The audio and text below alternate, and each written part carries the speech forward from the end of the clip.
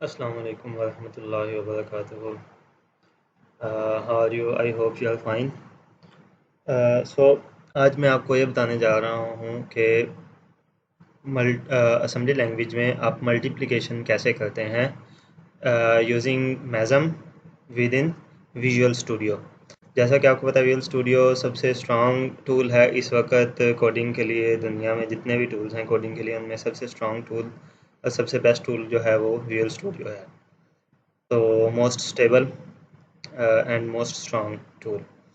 तो मैंने सोचा कि इसी में आपको कोडिंग कराऊँ, इसीलिए मैंने आपको विजुअल स्टूडियो स्टार्ट करवाया। तो बेसिकली हम ये देखेंगे जो मैज़म है, इसमें हम जो मैज़म यूज़ करते हैं, ठीक है। बेसिकली ये जो विजुअल स्टूडियो में हम असेंबली लैंग्वेज का कोड करते हैं, बैक एंड पे इसके कौन सा असम्बलर यूज़ होता है। असम्बलर किसे कहते हैं? जो असेंबली लैंग्वेज को रन करता है, वो इंजन जो असेंबली लैंग्वेज को रन करता है। तो इसके बैक एंड पे जो असम्बलर रन होता है वो कौन सा रन होता है? मैज़म, ठीक है। अगर आप देखना चाहते हैं तो इसमें जाएं बिल्ड डिपेंडेंसीज़ में, ठीक है। बिल्ड कस्टमाइजेशन तो ये देखें यहाँ पे आपने मैज़म को टिक किया हुआ है, ठीक है। तो बेसिकली इसके बैक एंड पे मैज़म चलता है। तो बेसिकली मैं आज आपको बताने जा रहा हूँ कि मैज़म में मल्टीप्लिकेशन या असेंबली लैंग्वेज में मल्टीप्लिकेशन कैसे होती है और उसको हम मैज़म में रन कैसे करते हैं। तो इससे पहले मैं आपको एक चीज़ बताता चलूँ। हमने इरवाइन इरवाइन ये इनकी कुछ लाइब्रेरीज़ हैं, ठीक है, वो हमने यूज़ की हैं। किस लिए? इन्होंने पहले से ही असेंबली की कोडिंग की हुई है उन चीज़ों के लिए जिन चीज़ों के लिए हमें मेहनत करने की ज़रूरत नहीं है।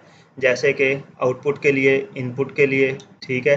हमें इनपुट और आउटपुट के लिए जस्ट क्या करना पड़ता है, यहाँ पे फंक्शन कॉल करने पड़ते हैं असेंबली के। जैसा कि हम ये सारा कोड पहले क्या करते हैं, इसको कट कर लेते हैं। जस्ट एक सिंपल मैसेज टाइप कर लेते हैं यहाँ पे, M call sorry M right, ठीक है। और यहाँ पे मैसेज लिख देंगे दिस इज़ वेलकम मैसेज। तो ये जस्ट एक मैसेज है, ठीक है। जैसे हम सी प्लस प्लस में इसकी जगह पे हम क्या यूज़ करते हैं, cout, this is welcome message. जैसे हम सी प्लस प्लस में इसको इस तरह लिखते हैं, उस हम असेंबली लैंग्वेज में हम इसको इस तरह लिखेंगे। एम राइट क्या है? ये एक हमने पहले से ही कमांड बनाई हुई है। किसमें? ये जो हमने दो हेडर फाइल्स इंक्लूड की हैं, इसमें एक इरवाइन 32 डॉट इंक्लूड, एक मैक्रोस डॉट इंक्लूड। इसका हम फर्दर भी यूज़ करेंगे फर्दर फंक्शंस के लिए, ठीक है। तो जो आपका ये सेमी कॉलन है, ये किस लिए यूज़ होता है? यहाँ पे मैसेज देने के लिए, कमेंट्स करने के लिए। अगर आपने सी प्लस प्लस में देखा हो तो सी प्लस प्लस में हम डबल फॉरवर्ड स्लैश लगाते हैं उसके लिए, इसको कमेंट करने के लिए, ठीक है। तो असेंबली लैंग्वेज में हम कॉलन लगाते हैं, ठीक है, सेमी कॉलन। तो अब हम देखते हैं कि क्या ये मैसेज शो करता है या नहीं।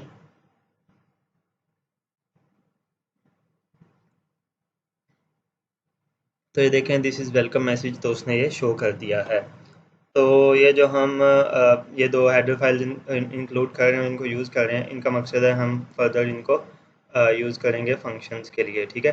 अब ये कॉल CRLF क्या करता है? ये आपकी लाइन चेंज करता है। अगर हम इसको कमेंट कर दें तो ये नहीं चलेगा। तो आप देखेंगे कि जो वेट मैसेज का जो फंक्शन है, ये क्या करता है, कहता है कि जी क्लिक टू एग्जिट, ठीक है। हम देखते हैं ना ब्लैक स्क्रीन पे आखिर में आ जाता है क्लिक एनी की या प्रेस एनी की टू एग्जिट, ठीक है। तो ये वो फंक्शन है। अब हमने इसको कमेंट कर दिया है तो ये क्या करेगा, इसी लाइन में इस मैसेज को शो करवा देगा, लाइन चेंज नहीं करेगा। तो ये बेसिकली किसके लिए है? लाइन चेंज करने के लिए। CRLF जो हमने कॉल किया हुआ है फंक्शन, वो किस लिए? लाइन चेंज करने के लिए। तो ये देखें दिस इज़ वेलकम मैसेज, और उसी लाइन में उसने प्रेस एनी की टू कंटिन्यू कर दिया है। अगर हम इसको कॉल करते हैं तो वो लाइन चेंज कर लेता है, ठीक है। तो ये तो था बेसिक आपका जस्ट मैसेज शो करवाने के लिए। तो इसको भी हम लेके चलेंगे। तो बेसिकली आपका क्या है कि अब मैं आपको क्या सिखाना चाहता हूँ इस लेक्चर में कि आप मल्टीप्लिकेशन कैसे करते हैं। तो ये जो आपका कोड है ये मैं आपको साथ में प्रोवाइड कर दूंगा, इसका लिंक डिस्क्रिप्शन में मैं रख दूंगा। ठीक है, तो आप क्या करेंगे, ये प्रोजेक्ट को इसी तरह से, ये प्रोजेक्ट सिर्फ इतना होगा, इसमें कुछ भी नहीं होगा, ये भी नहीं होगा, ये चीज़ होगी, स्ट्रक्चर टेम्पलेट बना होगा। आपने क्या करना है, जो भी असम्बली की कोडिंग करनी है इस मेन प्रोसीजर में, PROC क्या है, प्रोसीजर। ठीक है, ये एंड प्रोसीजर है, तो ये आपने यहाँ पे सारी कोडिंग करनी है। ठीक है, तो जो भी आपने करना है वो यहाँ पे आपने करना है। सही हो गया, तो ये मैं आपको प्रोवाइड कर दूंगा, तो आपने यहाँ पे सारी कोडिंग करनी है। तो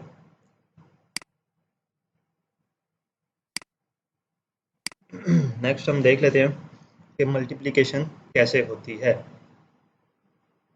उसके लिए दो कंसेप्ट्स जो बहुत इम्पोर्टेंट हैं, जो आपको याद रखने पड़ेंगे, वो क्या हैं, ई ए एक्स के बारे में। ई ए एक्स क्या है, रजिस्टर है, कितने बिट का, 32 बिट्स का।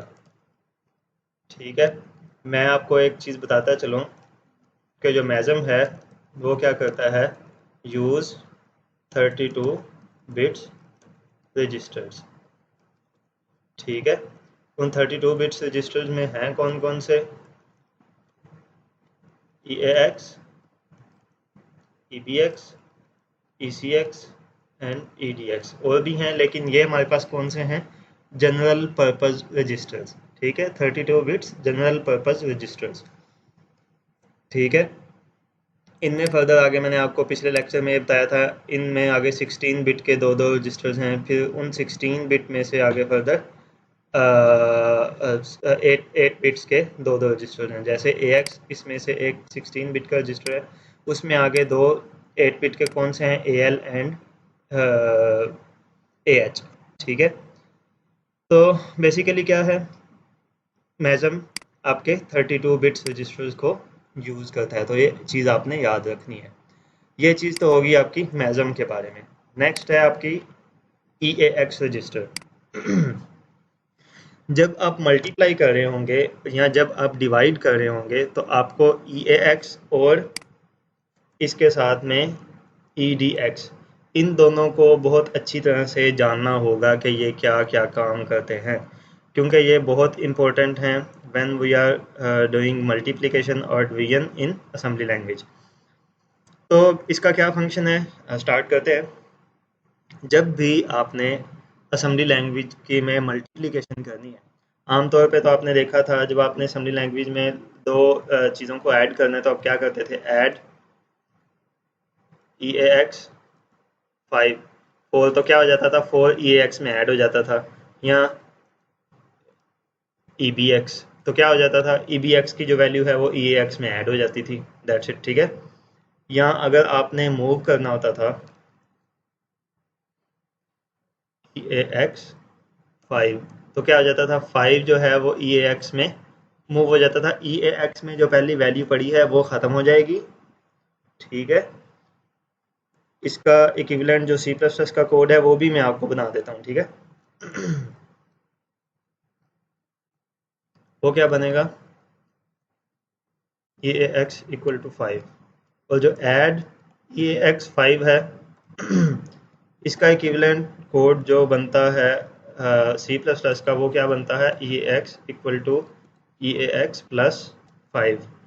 ऐड का मतलब ये है कि जो ई ए एक्स में पहले वैल्यू पड़ी है उसमें 5 जमा करना है। Let's see E A X में पहले 5 पड़ा हुआ है, तो 5 जमा 5 कितना हो जाएगा, 10। ई ए एक्स में 10 हो जाएगा। मूव का मतलब ये है कि अगर ई एक्स में पहले वाला जो 5 पड़ा है उसको ख़त्म करके नए वाला 5 रख देगा, तो इसके बाद इस स्टेटमेंट के बाद ई एक्स की वैल्यू क्या होगी, 5, और इस स्टेटमेंट के बाद ई एक्स की वैल्यू क्या हो जाएगी, 10, अगर ई एक्स में पहले से ही 5 पड़ा हुआ है। ठीक है, तो ये चीज़ें याद रखिएगा। अच्छा, इसमें तो हमने देखा कि आपके पास दो दो ऑपरेंड्स हैं। यहाँ पे ऑपरेंड किसे कहते हैं, जिन पे ऑपरेशन परफॉर्म हो रहा होता है, जैसे ई एक्स और 5, ये आपका ऑपरेटर है जो चीज़ को परफॉर्म कर रहा है। ऐड भी ऑपरेटर है, ये क्या कर रहा है, इन दोनों को ऐड कर रहा है। लेकिन ऑपरेंड्स कौन से जिन पर ऑपरेशन परफॉर्म हो रहा है, वो कौन कौन से हैं, ई एक्स और 5। ठीक है, तो आपने अब देखना क्या है कि मल्टीप्लिकेशन में आपके पास MUL इसका कीवर्ड है, ठीक है, MUL ही लिखते हैं सिर्फ, लेकिन इसमें आपके पास सिर्फ एक ऑपरेंड आता है। EBX आ सकता है, ECX आ सकता है, EDX आ सकता है, ठीक है। तो मल के साथ, मल्टीप्लिकेशन के साथ यहाँ पे एक ऑपरेंड आता है। तो यहाँ पे आपका क्वेश्चन ये बनेगा कि जी मल्टीप्लिकेशन तो आपके पास दो चीज़ों की होती है हमेशा, ठीक है। तो यहाँ पे एक चीज़ की कैसे हो जाएगी? तो आपका क्वेश्चन बजा है, मतलब वो कहता है कि मल्टीप्लाई EBX, तो EBX की वैल्यू किससे मल्टीप्लाई हो रही है? तो ये चीज़ आपने याद रखनी है। इसका मतलब क्या है?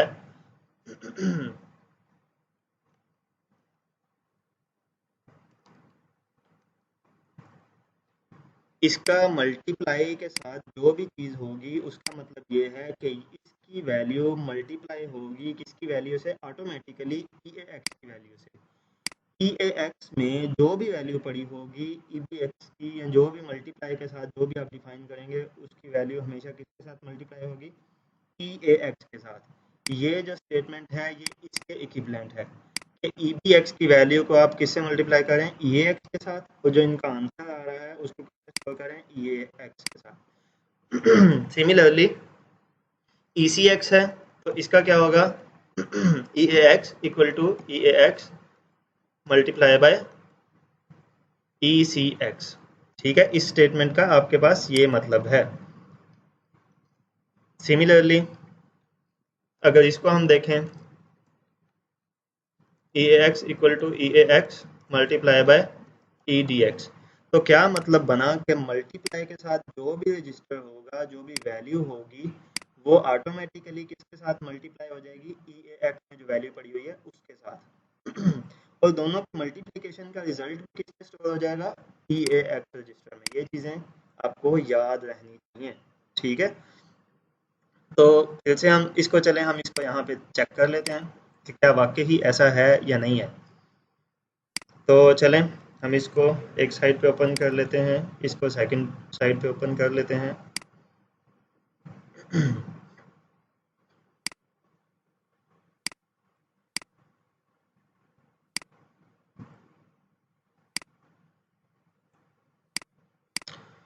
सो हम क्या कहते हैं जी? मूव EAX 5, हमने EAX में 5 मूव कर दिया। उसके बाद हमने क्या किया? हम कहते हैं जी 5 मल्टीप्लाई बाय 2 का हम आंसर निकालना चाहते हैं। EBX 2। अब हमें यहाँ पे क्या लिखना है?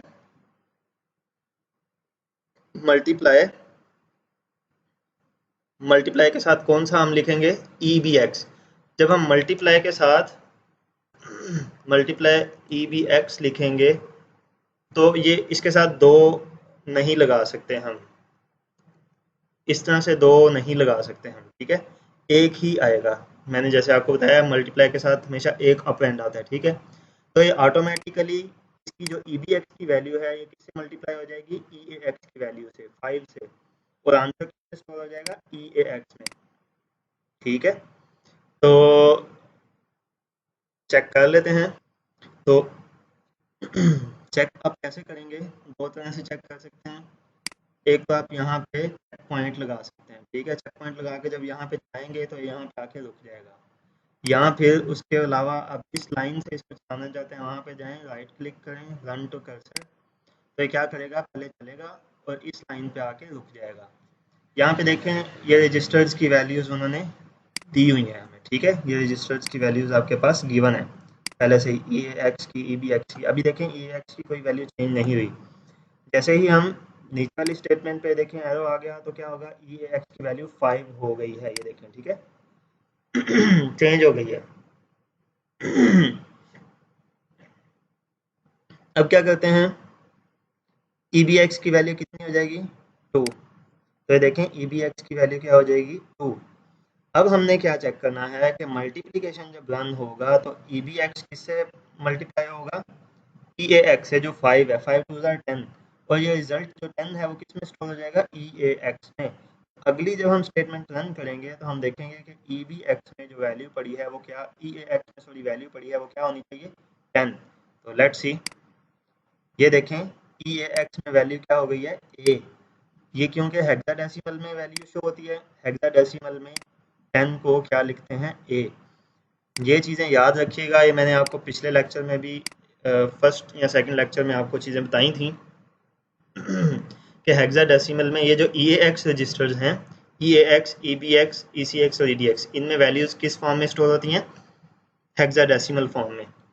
ठीक है, 1 2 3 4 5 6 7 8 9 10 11 12 13 14 15। अच्छा, एक चीज़ और ध्यान में रखिएगा कि जैसे हमारे पास बाइनरी सिस्टम होता है, तो बाइनरी सिस्टम में बाइनरी कितना होता है, 2।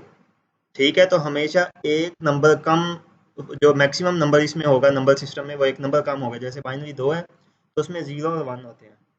ठीक है, उसके बाद है ऑक्टल। ऑक्टल कहते हैं 8 नंबर सिस्टम को। 8 नंबर सिस्टम में 7 डिजिट होते हैं। ठीक है, 0 से 7 तक, 8वां नहीं होता। इसी तरह हेक्साडेसिमल डेसिमल किसे कहते हैं, 10 को। 10 में 10 की जो डेसिमल फॉर्म है उसमें देखेंगे आप 10 नहीं होता बल्कि 9 तक डिजिट होते हैं। ठीक है, 0 से लेके 9 तक होते हैं। इसी तरह जो हेक्साडेसिमल है वो 16 नंबर सिस्टम को कहते हैं, बेस 16। ठीक है, बेस 16 में 16 से छोटा एक, मतलब 15 तक नंबर्स होते हैं, लेकिन इनको 15 तक की तरह शो नहीं किया जाता। कैसे शो किया जाता है, 1 2 3 4 5 6 7 8 9, 9 तक तो इसी तरह ही चलता है 10 की जगह पे आपके पास क्या आ जाता है, ए। 11 की जगह पे क्या आ जाता है, बी। इसकी जगह सी, इसकी जगह डी, फिर ई, फिर एफ। तो जब भी आपके पास ये हेक्साडेसिमल में ए आए तो आपने समझ जाना है क्या है, 10।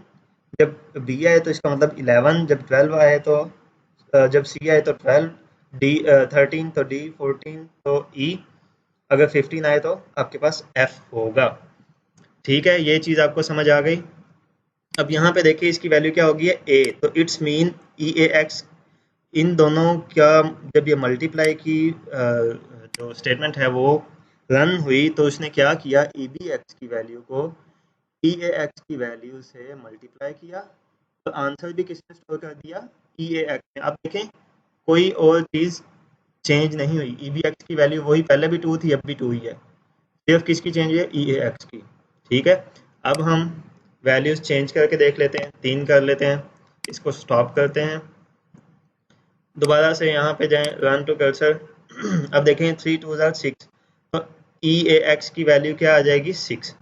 पहले करते हैं, ई एक्स की 3 आ गई, दूसरी स्टेटमेंट रन हुई तो ई बी एक्स की वैल्यू 2 आ गई, थर्ड स्टेटमेंट जब मल्टीप्लाई होगी तो ये देखें ई ए एक्स में वैल्यू क्या आ गई, 6। ठीक है, तो ये हो गया आपका मल्टीप्लिकेशन। मल्टीप्लिकेशन के लिए ये चीज़ आप याद रखिएगा।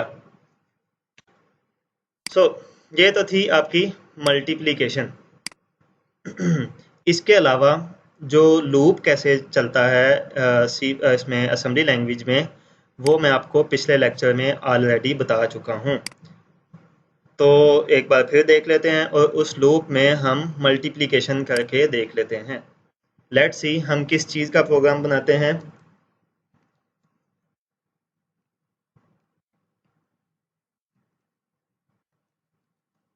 Programme to find the power of 2 to 3, मतलब क्या है, 2 रेज टू पावर 3 जो कि कितना होता है, equal to 2 multiply by 2 multiply by 2। ठीक है, 2 रेज टू पावर 3 का आंसर क्या आता है, 2 मल्टीप्लाई बाय 2 मल्टीप्लाई बाय 2। 2 की पावर 3 का मतलब ये होता है कि 2 को 3 बार आपस में मल्टीप्लाई कर दो।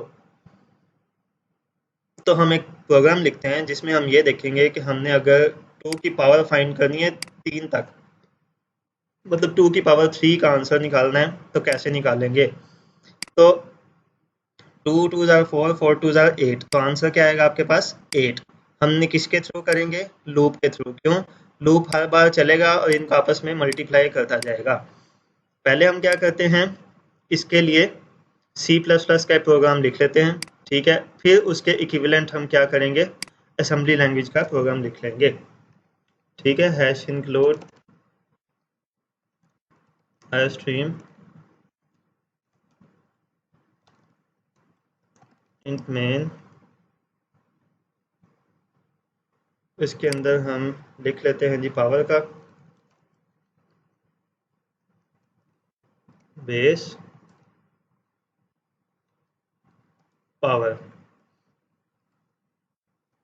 बेस हमने क्या ले ली 2,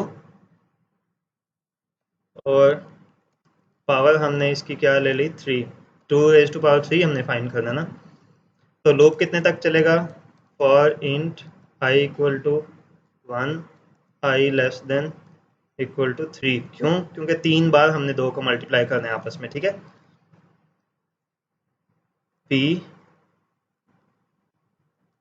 आंसर मतलब पावर का आंसर हमारे पास क्या निकलेगा वो चेक कर लेते हैं, ठीक है। हम यहाँ पे लूप लिख रहे हैं, उसके बाद क्या करेंगे, आई प्लस प्लस, ये लूप ख़त्म हो गया। उसके बाद नया लूप हमने शुरू किया, इस लूप में हम क्या लिखेंगे, पी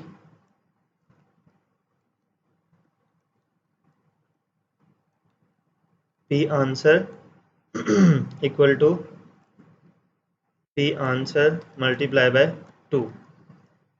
तो ये करेगा क्या, अगर हम इसको डेफ सी प्लस प्लस में चला के देखें तो ये क्या करेगा, हर बार इसको 2 को मल्टीप्लाई करता जाएगा और आंसर क्या आ जाएगा आपके पास।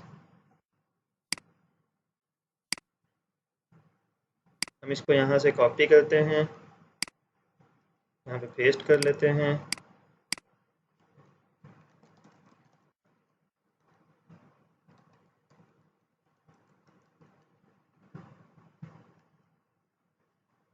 ठीक है।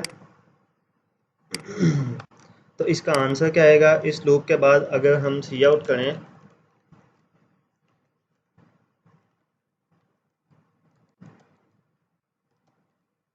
तो आपके पास आंसर क्या आएगा 8, ठीक है। तो लेट्स सी, हम इसे रन करके देखते हैं।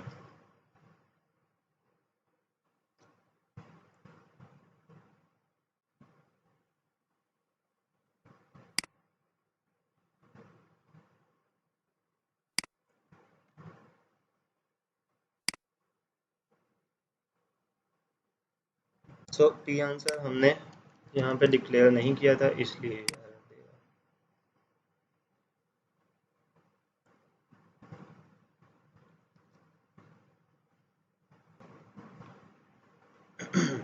तो देखें आपके पास आंसर क्या आया है 8। तो इसने किया क्या है, पहले पी आंसर में क्या था 1, 1 से फर्स्ट टाइम जब लूप चला 1 से 2 मल्टीप्लाई हुआ तो पी आंसर में क्या आ गया 2। सेकंड टाइम जब लूप चला तो पी आंसर में पहले से ही 2 था, तो 2 को 2 से मल्टीप्लाई किया तो 2 2 क्या हो गया 4, और पी आंसर में क्या स्टोर हो गया 4। थर्ड टाइम लूप चला तो पी आंसर में पहले से ही क्या पड़ा हुआ था 4, तो 4 मल्टीप्लाई बाय 2 क्या हो गया 8, पी आंसर में क्या हो गया 8। फोर्थ टाइम जब लूप चला तो उसने देखा आई क्या है 4, 4 less than equal to 3, condition false हो गई तो वो लूप से बाहर आ गया, और उसने जब इसको शो किया तो आपके पास आंसर क्या आ गया 8। अब हम इसी जो आपके पास वो है सी प्लस प्लस का प्रोग्राम है, इसी को हम रखेंगे साथ में, ठीक है। और साथ में हम यहाँ पे उसका कोड लिखेंगे, ठीक है। तो लेट्स सी,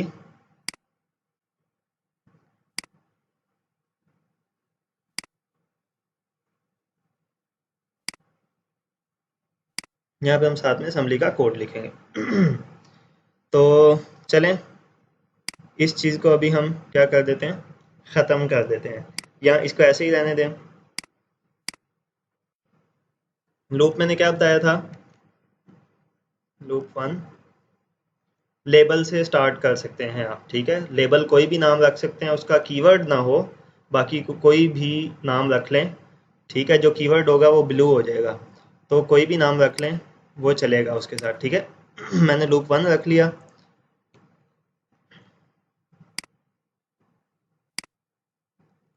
अब मैं यहाँ पे क्या करता हूँ, हमने लूप कितने टाइम चलाना है, मूव ECX 3, और मैं साथ में कमेंट दे देता हूँ लूप वेरिएबल। ये वेरिएबल हम किस लिए यूज़ करेंगे, इसको लूप चलाने के लिए। जैसे हमने इसको आई को यूज़ किया था ना 3 के लिए, इसी तरह हम ECX को क्या यूज़ करेंगे, इसके लिए। ठीक है। तो अब हम क्या करेंगे, EAX में हमने रख लिया 1। क्यों, ये जो आपका है ना पावर आंसर, ठीक है, P आंसर, इसमें आपका रिजल्ट सेव होते जाना है ना, तो EAX हमारा वही काम करेगा। ठीक है, तो हमने यहाँ पे क्या कर देना है, मल EBX। तो EBX जब हमने लिखा तो इसका क्या मतलब है, मैंने अभी आपको मल्टीप्लाई का बताया था कि मल्टीप्लाई क्या करता है, जो भी इसके साथ आपने रजिस्टर लिखा है उसकी वैल्यू को मल्टीप्लाई करेगा किसके साथ, EAX की वैल्यू के साथ। EAX में क्या पड़ा हुआ है 1, तो EBX में क्या है 2, तो 2 1 ज़ा 2, किस में स्टोर हो जाएगा, EAX में। उसके बाद हमने क्या करना है, सब्ट्रैक्ट ECX 1। क्या मतलब है कि हमने हर बार ECX से एक माइनस करना है। 3 टाइम चला है ना, पहले इसकी वैल्यू 3 है, फिर 2 हो जाएगी, फिर 1 हो जाएगी, फिर 0। जब 0 होगी तो लूप खत्म हो जाएगा। ठीक है, 3 टाइम्स चलेगा। और लास्ट जो हमारे पास है वो क्या है, JNZ लूप 1। ठीक है, क्या मतलब है JNZ, मैंने पिछले लेक्चर में बताया था, अगर आप पिछला लेक्चर लें तो जंप, यहाँ पे लूप 1 पे जंप कर जाओ, इस लेवल पे तुम वापस जंप कर जाओ। लूप ऐसे ही चलता है ना हमारा, यहाँ से चलना शुरू होता है। ठीक है, पहली स्टेटमेंट, फिर दूसरी स्टेटमेंट, फिर लास्ट में आके यहाँ पे जंप कर जाता है। ठीक है, और यहाँ पे जंप जब करता है वापस यहाँ पे आने से पहले वो इस कंडीशन को चेक करता है। इसी तरह यहाँ पे जंप करने से पहले क्या कर रहा है, कंडीशन को चेक कर रहा है। Jump if not Z, not zero, N से क्या है नॉट और जेड से जीरो। क्या मतलब है, मैं यहाँ पे कमेंट लगा देता हूँ, jump if zero bit of flag register is not active. Zero bit flag register की एक्टिव जब तक ना हो तब तक तुम यहाँ पे जंप करते रहो, इसका मतलब ये है। ठीक है, तो फ्लैग रजिस्टर क्या होता है ये मैंने आपको बता दिया था। इसमें काफ़ी सारी बिट्स होती हैं। ठीक है, उन हर बिट का एक कोई ना कोई ऑपरेशन होता है।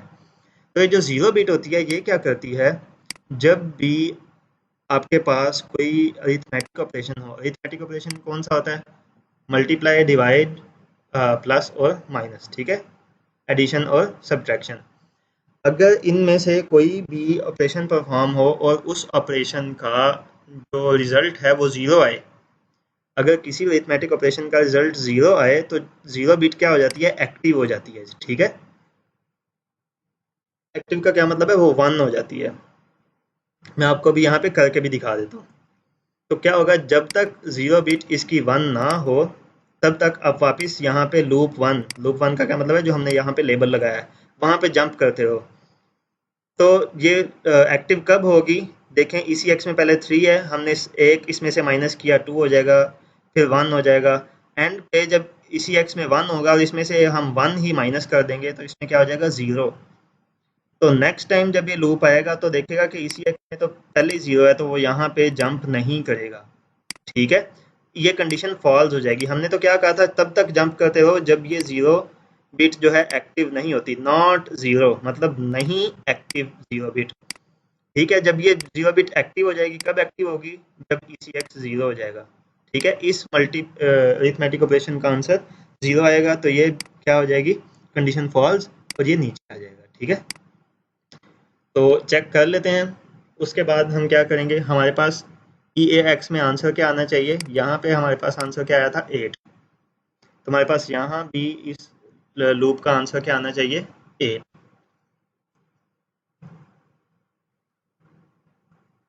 ठीक है, अगर आप देखें ये भी रन हो जाता है तो देखें इसका आंसर आपके पास क्या आया था, 8। सो हम चेक कर लेते हैं वही तरीका, रन टू कर्सर।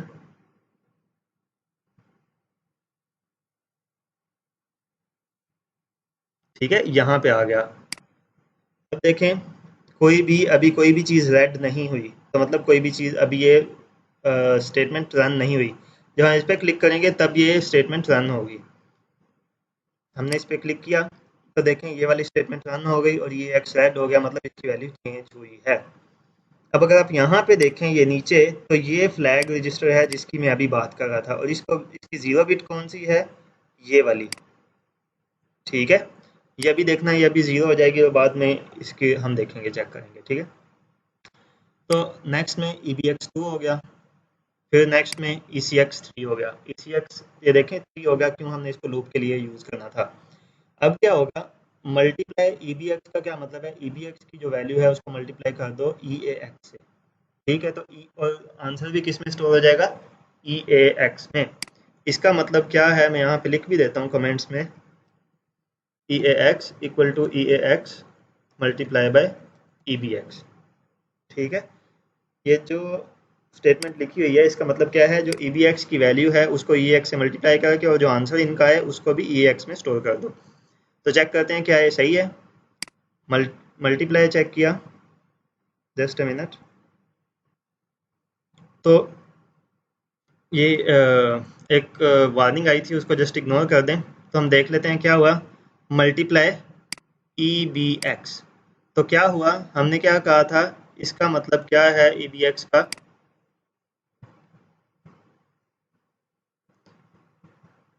कि EBX की वैल्यू किससे मल्टीप्लाई होगी, EAX से। ठीक है, और आंसर भी किस में स्टोर हो जाएगा, EAX। देखें 2 1 are 2, तो EAX में पहले क्या पड़ा था 1, अब क्या हो गया 2, मतलब मल्टीप्लाई की जो रिजल्ट है वो EAX में स्टोर हो गया। नेक्स्ट चलते हैं, नेक्स्ट देखें ECX में पहले क्या था 3, अब क्या हो गया 2, एक माइनस हो गया, सब्ट्रैक्ट हो गया। अब इसने क्या चेक करना है, jump if 0 bit not active. तो देखें 0 बिट अभी 0 है, 1 नहीं हुई, एक्टिव नहीं हुई, तो ये वापस लूप 1 पे चला जाएगा। देखें ये एरो ऊपर वापस आ गया। अब दोबारा मल्टीप्लाई करेगा EAX की वैल्यू किससे, EBX से। इसमें पहले क्या पड़ा हुआ है 2, तो 2 दोबारा 2 से मल्टीप्लाई होगा, क्या हो जाएगा 4 हो जाएगा। तो ये देखें EAX की वैल्यू क्या हो गई है 4। दोबारा हम नेक्स्ट पे जाते हैं, उसने ECX को क्या कर दिया, पहले 2 हो गया था, अब 1 हो जाएगा, ये देखिए 1 हो गया। अब दोबारा चेक करेगा, जंप इफ नॉट 0, मतलब नहीं है एक्टिव हुई 0 बिट किसकी, फ्लैग की। ये कब एक्टिव होगी, जब मोस्ट रिसेंट इस स्टेटमेंट से पिछली अगर कोई भी स्टेटमेंट अरिथमेटिक है और उसका आंसर 0 आता है, तो ये क्या हो जाएगा, 0 बिट इसकी क्या हो जाएगी, 1 हो जाएगी। चलें चेक करते हैं, दोबारा ऊपर चला गया क्योंकि 0 बिट एक्टिव नहीं हुई थी। ये दोबारा अब EAX में क्या पड़ा हुआ है 4, अब ये दोबारा इस 2 से मल्टीप्लाई होगा। ठीक है, क्यों मल्टीप्लाई होगा, जैसे हमने कहा EBX से मल्टीप्लाई लिखा है, तो EBX ऑटोमेटिकली किसके साथ मल्टीप्लाई हो जाएगा, EAX की वैल्यू से। EAX की वैल्यू अभी क्या हुई पड़ी है 4। नेक्स्ट चलते हैं, तो ये देखें ये क्या हो गई 8। ठीक है, तो 2 रेज़ टू पावर 3 क्या बनती है 8। अब ये लूप नेक्स्ट टाइम नहीं चलेगा क्योंकि ECX में पहले ही हमारे पास क्या है 1, तो इसमें से जब हम 1 माइनस करेंगे, ठीक है, तो ये क्या बन जाएगा। नेक्स्ट चलते हैं, तो ये देखें, अगर आप यहाँ पे देखें तो 0 बिट क्या हो गई है, एक्टिव हो गई है। क्यों भला, ECX की वैल्यू क्या आ गई थी 0, इस अरिथमेटिक ऑपरेशन का रिजल्ट क्या आया था 0, तो इसलिए 0 बिट क्या हो गई 1। तो अब ये वापस यहाँ पे ऊपर जा रहा था, एरो ऊपर नहीं जाएगा बल्कि यहाँ पे आएगा। अगर आप देखें तो ये देखें वापस ऊपर नहीं गया, लूप आपकी टर्मिनेट हो गई। तो मल्टीप्लिकेशन को आपने लूप में इस तरह से यूज़ करना है। ये चीज़ें आप याद रखिएगा, ये आपके मिड टर्म के पेपर में बहुत ज़्यादा आएंगी। ठीक है, ये चीज़ आपको, एक लूप और एक मल्टीप्लिकेशन कैसे करनी है, ये आपको आनी चाहिए। अगर आपको असेंबली लैंग्वेज में प्रोग्राम बनाने में डिफ़िकल्टी हो तो आप क्या करें, C++ में उस प्रोग्राम को पहले लिख लें, ठीक है, और उसके बाद उसके इक्विवेलेंट असेंबली का प्रोग्राम बना लें, ठीक है, जैसे मैंने आपके सामने अभी किया, ठीक है। तो ये था आपका आज का लेक्चर, मल्टीप्लिकेशन कैसे की जाए। तो चलें लास्ट में एक चीज़ और आपको बताता जाऊं, ये जो हमने इंक्लूड किए हैं 2 हेडर फाइल्स, इनके थ्रू हम सी आउट, तो मैंने जैसे अभी आपको बताया कि हम ये करवा रहे थे, वेलकम मैसेज भी करवा रहे थे, ठीक है। और अगर आपने किसी नंबर को या किसी, जैसे हम वेरिएबल में सी आउट करवाते थे, वेरिएबल में चीज़ पड़ी होती थी, सी आउट वेरिएबल का नेम लिख देते थे, तो यहाँ पे एम राइट से वो नहीं होगा, बल्कि क्या होगा, राइट डेसिमल, ठीक है। और इसके बाद आप किसकी वैल्यू लिख देंगे, ई A X. E A x की वैल्यू क्यों लिखी है, क्योंकि ई ए एक्स में रिजल्ट पड़ा है 2 की पावर 3, ठीक है। तो चेक कर लेते हैं इसका रिजल्ट क्या आएगा। वेट ए मिनट, मैंने इसके यहाँ पे हमें कॉल भी लिखना था, ठीक है, call right decimal E A x, right decimal, ठीक है। ये पहले से चीज़ें बनी हुई हैं, हमने इनको जस्ट कॉल करना है। फिर देखें इसका आंसर क्या आ जाएगा आपके पास, जस्ट ए मिनट, सॉरी, मैं एक चीज़ आपको बताना भूल गया। कॉल, जब डेसिमल में से कोई चीज़ आपने सी आउट करनी है, कोई भी डेसिमल चीज़ आपने सी आउट करनी है, तो उसके साथ भी इस तरह से आप ई ए एक्स या ई बी एक्स या ई सी एक्स कुछ भी नहीं लिख सकते। ये जिस तरह से मैंने आपको मल्टीप्लाई का बताया था कि ऑटोमेटिकली मल्टीप्लाई के साथ जो भी है वो मल्टीप्लाई हो जाता है ई एक्स की वैल्यू के साथ, इसी तरह जब आप आउटपुट करते हैं तो ये जो राइट डेसिमल है ये किस वैल्यू को आउटपुट करता है, ई ए एक्स की। ऑटोमेटिकली ई ए एक्स में जो वैल्यू पड़ी होगी उसको आउटपुट करेगा, हमें यहाँ पे लिखने की ज़रूरत नहीं है। ये सिर्फ किस वैल्यू को आउटपुट करेगा, ई ए एक्स की वैल्यू को, जो पहले से उसमें पड़ी हुई है। अगर आप देखें तो ये 8 आउटपुट करेगा।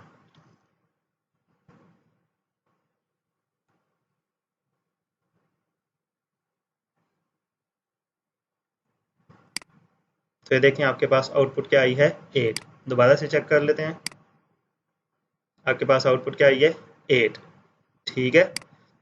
अगर आप चाहते हैं कि आप 2 की पावर कितनी लेना चाहते हैं, लेट्स सी 2 की पावर आप लेना चाहते हैं, 3 की पावर 3 लेना चाहते हैं, ठीक है। 3 की पावर 3 टाइम लूप चलेगा, मतलब 3 मल्टीप्लाई 3 मल्टीप्लाई बाई 3। तो इसका आंसर क्या आना चाहिए, 3 टू ज़ार 3 थ्री ज़ार 9 एंड 9 थ्री ज़ार 27। तो आंसर ई बी एक्स में, सॉरी ई ए एक्स में क्या आना चाहिए, 27। लेट्स सी तो आपका आंसर क्या आ गया, 27, ठीक है। इसी तरह आप अगर चाहते हैं कि जी मैं 4 की पावर 2 लेना चाहता हूँ, तो 4 की पावर 2 क्या होता है, 4 टू ज़ार 16, देखें 4 4 ज़ार 16, तो ये क्या हो जाएगा 16, ठीक है। तो ये चीज़ें चेंज करके आप इसको रन कर सकते हैं। तो ये चीज़ें ज़हन में रखिएगा। Best of luck for your exam. अल्लाह हाफिज़।